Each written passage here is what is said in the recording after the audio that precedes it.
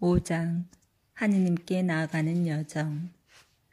여러 면으로 보아 프란체스코가 하느님을 체험하였다는 것은 사실이라는 것을 느낄 수 있다. 그렇다면 비록 우리는 프란체스코의 시대로부터 멀리 떨어져 있지만 매우 강력한 방법 안에서 프란체스코와 같은 방법으로 하느님을 체험하는 것이 어떻게 가능할까? 우리가 살아가는 이 세계는 13세기 아시시와는 매우 다르다. 게다가 프란체스코는 역사상 위대한 인물 가운데 하나로서 예외적인 인물이고 그의 체험은 유일하게 그만의 것이었음이 분명하다. 우리는 분명히 그러한 프란체스코의 체험에 대한 소유권을 주장할 대담함을 지니고 있지 않다. 보나벤투라는 프란체스코의 체험이 참으로 특별함을, 더 정확히 말하면 유일무이함을 알아보았다. 그럼에도 보나벤투라는 우리가 모두 하느님께 나아가기 위해 프란체스코에게서 배울 수 있다고 믿었다. 보나벤투라는 성인의 삶을 묵상하기 위해 온 마음과 정신을 기울였고 그의 묵상을 통해 프란체스코뿐만 아니라 모든 믿는 이들 또한 각 개인의 여정의 조건들이 다르다 할지라도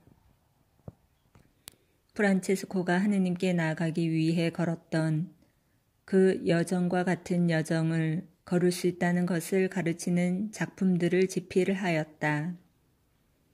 독자들이 원하기만 하면 보나벤투라는 프란체스코가 지났던 여러 단계를 나타내는 길과 이정표를 그려준다. 열린 마음으로 이 여정을 시작하고 나아갈 방향에 주의를 기울이는 이는 프란체스코와 같은 여정의 끝에 다다르게 될 것이다. 보나벤투라가 그린 경로가 현대인들도 하느님께 나아갈 수 있도록 돕는다는 점은 보나벤투라의 길이 남을 천재성 가운데 일부이다.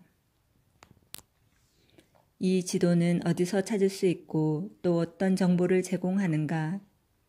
이번 장에서는 하느님께 나아가는 여정에서 보나벤투라가 제시한 길에 담긴 영적 보물을 밝혀낼 열쇠를 찾아보고자 한다. 이를 위해 그의 여러 작품, 특별히 그리스도의 인식에 관한 토론 문제집에서 드러나는 그의 통찰을 살펴볼 것이다. 그리스도의 인식에 관한 토론 문제집은 보나벤투라의 작품 중에서 더욱더 전문적인 것 가운데 하나이다.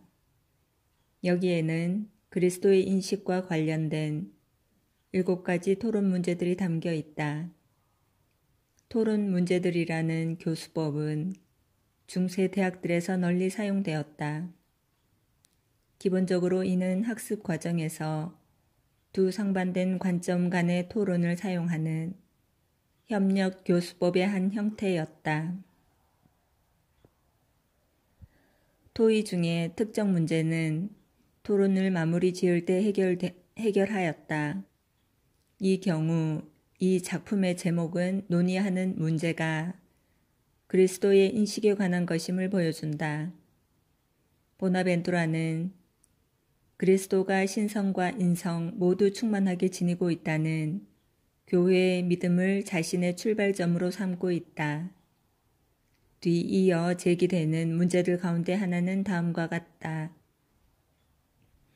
그리스도는 어떻게 자신의 충만한 인성 안에서 모든 인간 이해 너머에 존재하는 하느님을 알 수 있었는가? 보나벤투라는 이 문제에 대한 자신의 대답을 제시한다. 그리고 그의 대답은 일반 사람들이 어떻게 하느님을 알게 되는지에 관한 문제에 대해 흥미로운 이해를 제공한다. 그리스도의 인식에 관한 토론 문제집에서는 처음부터 하느님을 알게 된다는 측면에서 하느님께 나아가는 여정을 증명하고 있음과 그 결과 인식이 주요 개념이 된다는 것에 유의해야 한다. 창조된 인식.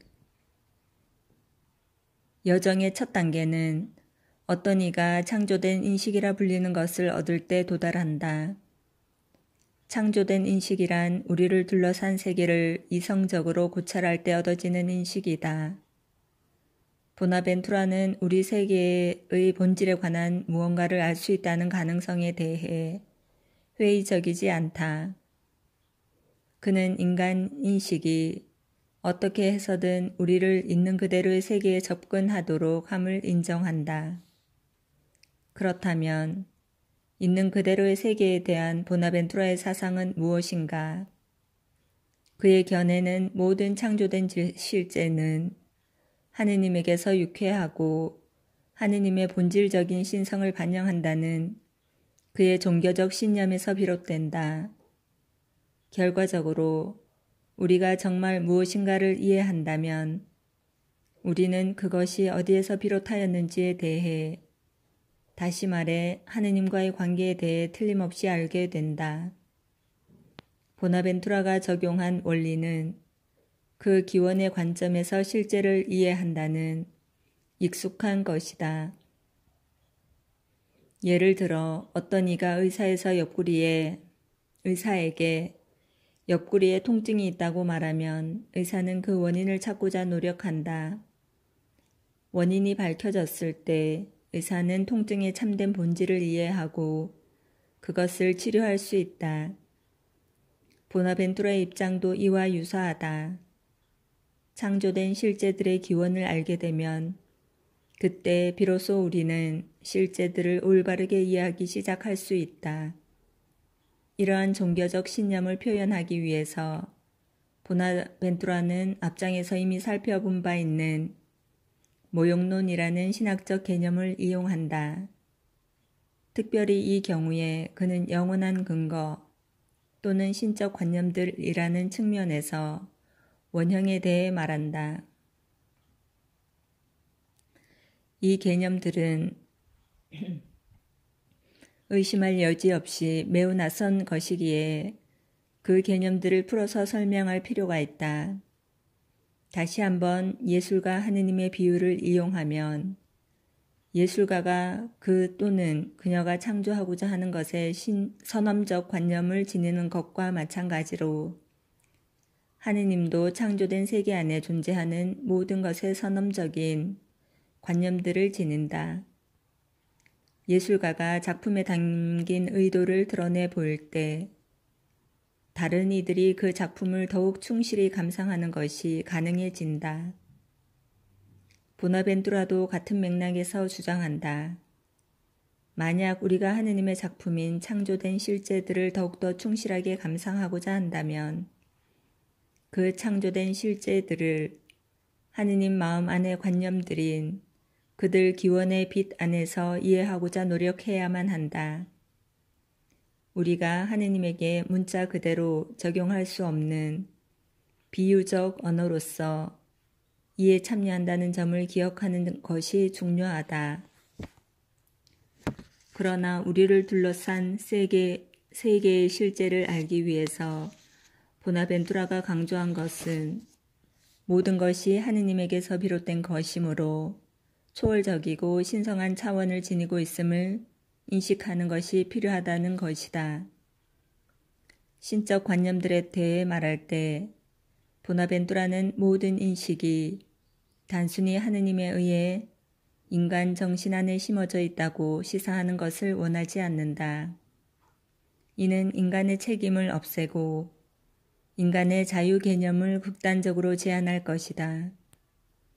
보나벤투라는 하느님을 우리가 반드시 알아야 하는 것이 무엇인지 결정하고 지시하는 분으로 보지 않는다. 보나벤투라는 질문의 결론에서 하느님을 조정하고 동기를 부여하는 분으로 말한다. 하느님은 성화가로서 무엇보다 먼저 창조 안에 특정한 양식 배치를 조정하는 또는 사용하는 분이다. 그리고 예술가가 다른 이들이 그 또는 그녀의 작품의 특성을 알아보길 바라며 그렇게 하도록 다른 이들을 부르고 격려하는 것과 마찬가지로 하느님도 세계를 이해하고 인식하도록 우리에게 요청하고 동기를 부여하는 분이다. 보나벤투라는 성화가인 하느님 현존에 대한 인식이 커질수록 그 과정에서 우리를 둘러싼 세계와 인간 삶의 목적과 의미를 더욱 충만히 이해할 수 있는 영감을 얻게 될 것이라고 가르치고 있다. 조정하고 동기를 부여하는 하느님의 모상은 인식을 추구하는 우리와 합심하여 일하는 하느님의 한 부분이다. 보나벤투라는 질문 4의 결론에서 다음과 같이 주장한다.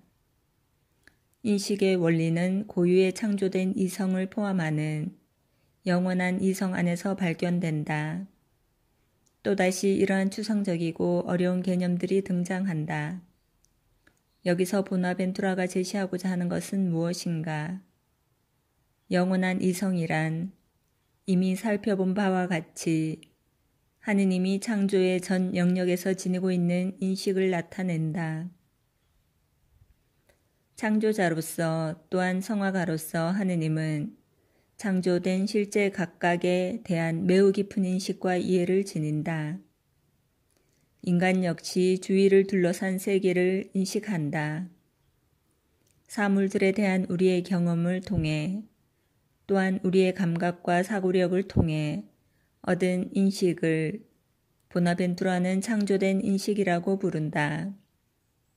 보나벤투라는 철학자로서 후자의 측면에서 인간 인식은 우리가 어떠한 경험에 대해 사유하거나 숙고할 때 감각 경험을 통해 얻어진다는 아리스토텔레스의 사상을 활용한다.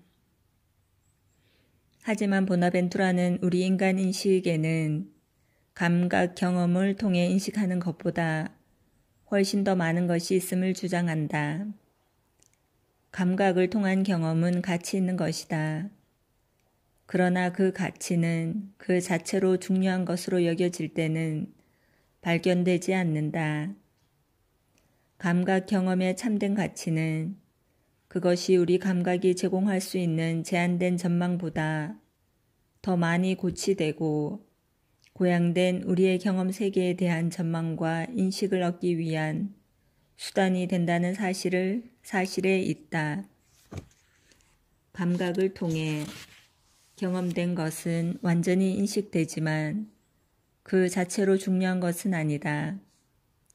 이 경험은 우리가 지금까지 상상할 수 있던 것보다 더 큰 삶의 전망으로 우리를 안내하기 위한 것이다.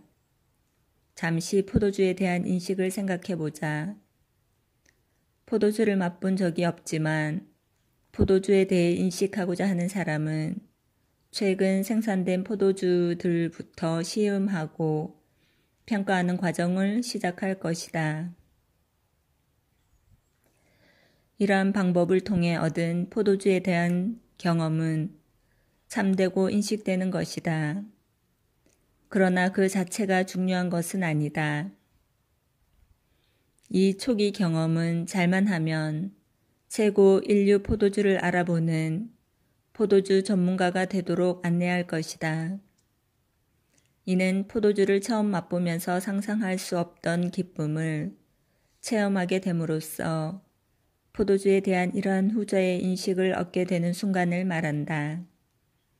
그렇기에 여기서 인식에 대한 보나벤투라의 관점이 드러난다. 보나벤투라는 우리를 둘러싸고 있는 세계에 대한 첫 맛을 인식할 때 단순히 거기에 만족하며 머물러서는 안 된다고 주장한다.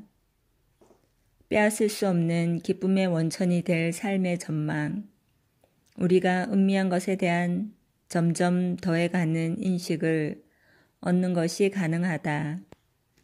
이것이 프란치스코의 마음을 가득 채웠던 기쁨이다. 독해를 위한 학습. 그렇다면 우리는 이러한 경험 세계에 대한 인식을 어떻게 얻게 되는가? 보나벤투라는 창조된 인식 세계에 대한 경험을 통해 얻어지는 인식이 우리를 하느님에게 더 가까이 다가가도록 이끄는 데 도움이 될 때만 그 궁극적인 의미를 찾게 된다고 주장한다. 보나벤투라의 지도에서 모든 창조된 실제는 우리에게 길을 안내하는 이정표이다. 창조된 인식은 이정표들을 정확히 읽어내기 위한 학습 수단이 된다. 보나벤투라는 자주 이 독해를 위한 학습의 비유를 사용한다. 보나벤투라는 다른 글에서 세계를 한 권의 책이라고 말한다. 세계라는 책을 읽게 되면 이 책은 독자를 하느님에게 이끌어 줄 것이다. 유감스럽게도 보나벤투라는 인간의 자만심과 이기심이 이 세상의 어둠을 초래하여 그 책을 읽지 못하게 되었다고 말한다. 하느님의 계시에 반사적으로 그리고 주의 깊은 귀 기울임을 통하여 하느님이 우리를 비추도록 허락할 때만 그 빛에 의해 다시 창조의 책을 읽을 수 있다. 인간이 타락하였을 때 세계라는 이 책은 생명력을 잃고 지워진 상태가 되었다. 이 책을 밝혀줄 또 다른 책이 존재할 필요가 있게 되었다. 이러한 책은 세계라는 책에 기록된 것들의 상징성을 알려주는 성경이다. 창조는 하느님의 계시에서 중요한 부분을 차지한다. 창조는 하느님의 신비 가운데 무언가를 드러내고 따라서 하느님에 대한 상징이다. 보나벤투라는 주의 깊은 성경 읽기는 세계에 대한 우리의 경험을 밝혀줄 것이라고 설명한다.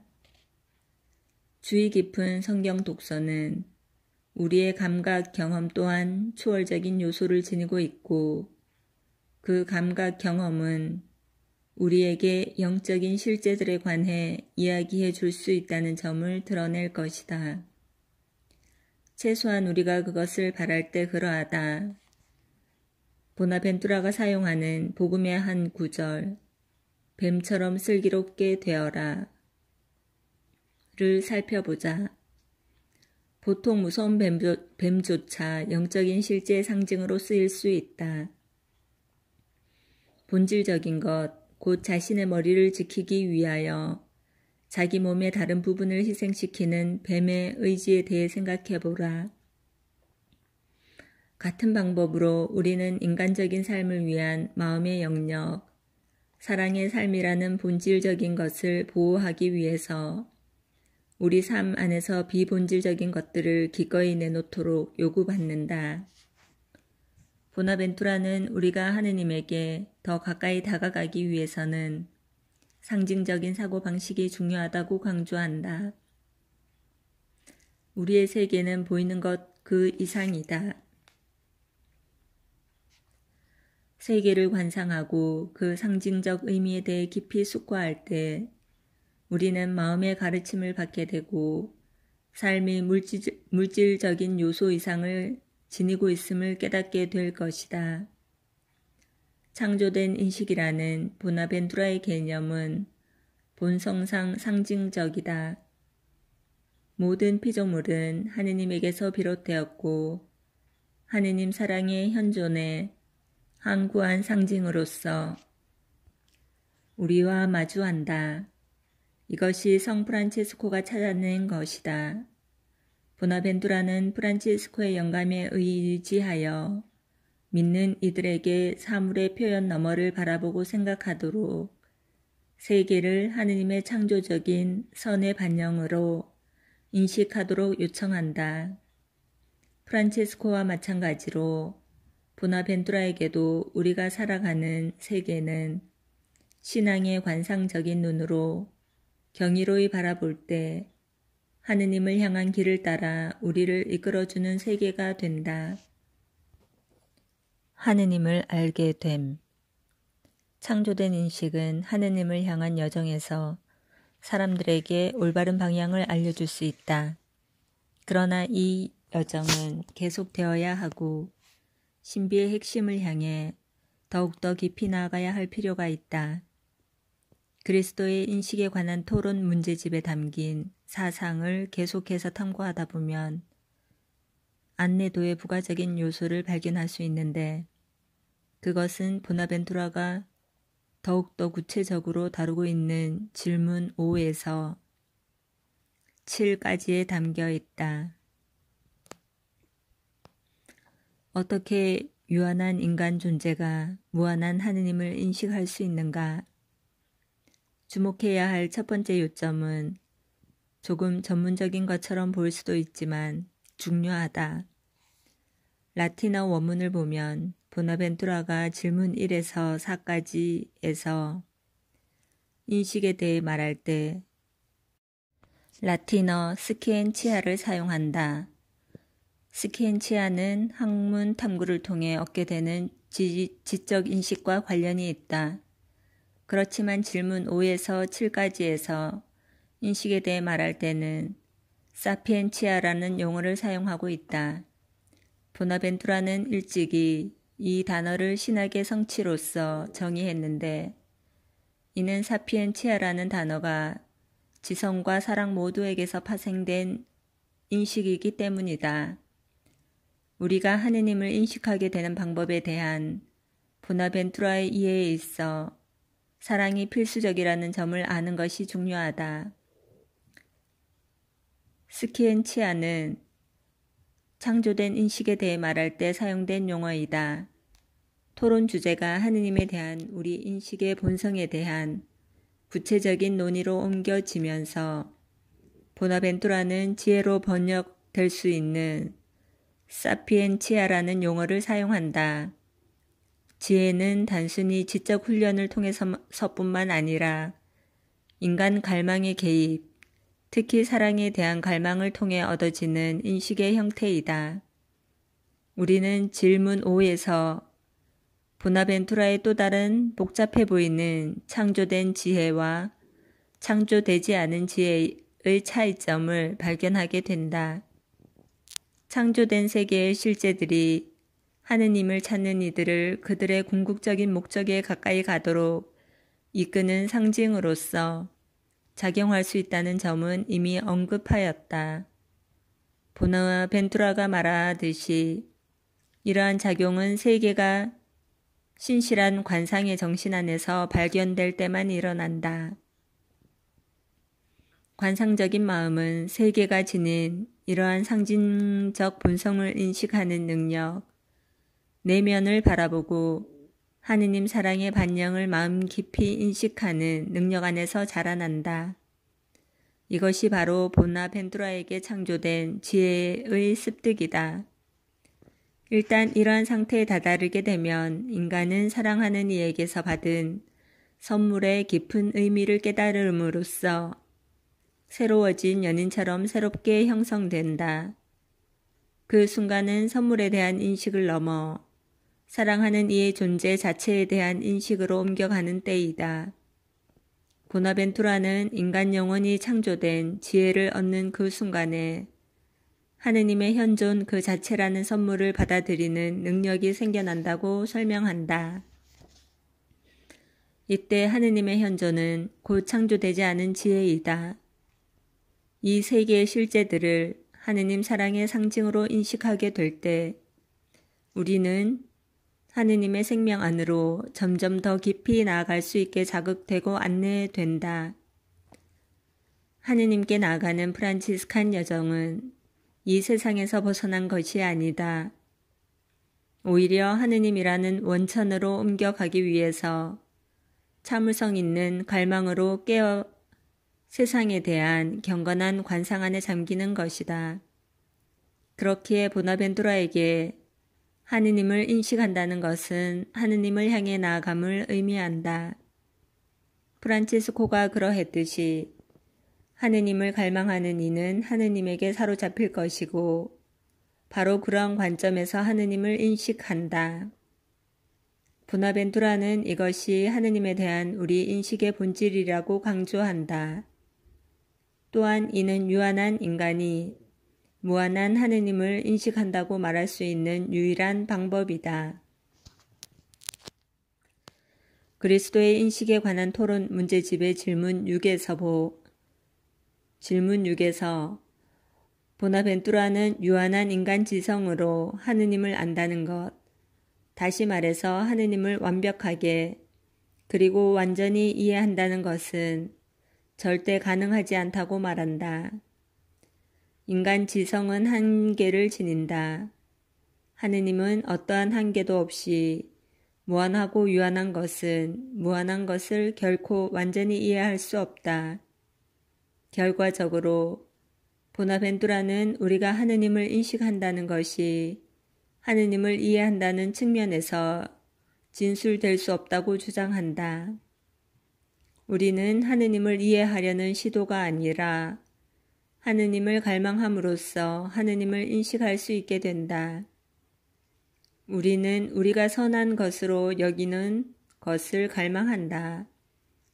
그리고 하느님은 최고선이기에 다른 무엇보다도 하느님을 갈망하는 것은 바람직하다. 질문 6에서 보나벤투라는 다음과 같이 주장한다. 영혼은 그가 파악하고 이해한 어떠한 선으로도 충족되지 않는다. 그런 선은 최고선이 아니기 때문이다. 영혼은 오직 위대함과 탁월함으로 그를 사로잡는 이러한 유형의 선에 의해서만 충족된다. 그리스도의 인식에 관한 토론 문제집의 질문 7은 우리에게 인간 인식의 본질에 대한 새로운 관점을 제시한다. 일반적으로 인식은 이해와 동일시 된다. 그러나 보나벤투라는 하느님에 대해 우리가 지닌 인식의 유형은 포괄적 의미의 인식이 아니라고 설명한다. 그것은 타론적 인식이다. 보나벤투라는 이 용어를 사용하여 위 디오니시우스의 신비 신학을 이용하지만 성 프란체스코의 체험에 바탕을 둔 개념을 제공한다. 그러면 정확히 타론적 인식이란 무엇인가? 우리의 환경의 의미에 대한 새로운 인식을 받아들일 수 있도록 삶을 바라보는 우리의 습관적인 방법을 버리고 열린 사고와 열린 마음을 지닐 때만 타론적 인식을 얻는 것이 가능하다. 이는 우리가 스스로 만들어낸 새로운 인식이 아니다. 이는 저 너머에서 우리에게 주어진 이해의 새로운 방식이며 우리에게 일어난 무언가이다. 타론을 통해 얻어지는 인식 안에서 우리는 우리 갈망의 객체로서 자신에게서 완전히 분리된 존재를 통해 이해한다. 우리 정신은 그 아름다움을 열망하고 가능한 최대한의 방법으로 그것을 체험하고 갈망한다. 이것이 보나벤투라가 말하는 하느님에 대한 우리 인식의 형태이다. 우리는 무엇보다도 우리 주위 세계와 우리 자신에 대한 일상적인 이해를 기꺼이 버림으로써 그것을 받아들일 준비를 한다. 삶이란 그들이 생각하는 바로 그것이라고 확신하는 이들에게는 삶에 대한 어떠한 새로운 인식도 불가능하다. 하지만 지성과 마음을 닫지 않고 열어두면 이를 잘 이해할 수 있다고 보나벤투라는 주장한다. 관상의 태도인 이러한 개방된 정신 안에서 세계는 본질적으로 창조주의 아름다움의 복사로서 자기 자신을 드러낼 수 있다. 관상적 용어는 피조물 안에 반영된 하느님의 아름다움에 대한 통찰을 넘어 신적 아름다움과 지혜, 그 자체의 현존에 대한 이해로 나아간다. 이 단계에 이르면 연인은 사랑하는 이의 현존에 도취하여 빠져들게 된다. 영혼은 황홀경 안에서 이러한 지혜로 이끌린다. 그리스도의 인식에 관한 토론 문제집의 맺은 말에서 보나벤투라는 인식의 가장 높고 궁극적인 형태로서 타론적 인식을 설명한다. 하느님을 아는 것은 지적 작용이 아니라 하느님에 대한 체험을 통해서 가능하다. 프란체스코에 충실히 머물면서 보나벤투라는 체험되는 것은 하느님 사랑의 무한한 깊이라고 강조한다. 이를 체험한다는 것은 이성을 통해 도달할 수 있는 어떠한 인식보다 더욱 확실한 인식을 지니는 것이다. 인식의 최상의 형태는 사랑의 관계의 개인적인 확실성 안에서 발견된다. 타론적 인식은 하느님 체험 안에서 그 완성에 다다른다. 이 체험은 보나벤투라가 경험적 지혜를 일컫는 체험이며 사랑에 기반을 둔 것이다. 여기서 요청되는 것은 언어가 아니라 참된 연인의 기대에 찬 침묵, 사랑의 개념에 대한 이해가 아니라 하느님 사랑 그 자체에 대한 타론적 승인을 갈망하는 침묵이다. 보나벤투라는 맺은 말을 다음과 같이 마무리 짓고 있다. 이러한 유형의 인식은 큰 어려움이 있긴 하지만 이해될 수 있고 이를 경험한 사람 외에는 전혀 이해할 수 없다. 사랑의 뿌리를 내리고 그것을 기초로 삼아 모든 성도와 함께 너비와 길이와 높이와 깊이가 어떠한지 깨닫는 능력을 지니고 하느님의 온갖 충만하심으로 충만하게 되는 사람이 아니고서는 그 누구도 이를 경험할 수 없다. 그리고 내적인 침묵을 체험하게 된다면 외적인 언어보다 더 많은 도움이 될 것이다. 그러므로 말하기를 멈추고 우리가 이미 말했던 그 경험을 우리에게 허락해 주시도록 하느님께 기도합시다. 그리스도의 인식에 관한 토론 문제집의 질문 5부터 7까지에서 보나벤투라는 인간이 어떻게 하느님을 인식하는 것이 가능한지 설명한다. 우선 하느님에 대한 우리의 인식은 단순히 지적 인식이 아니다.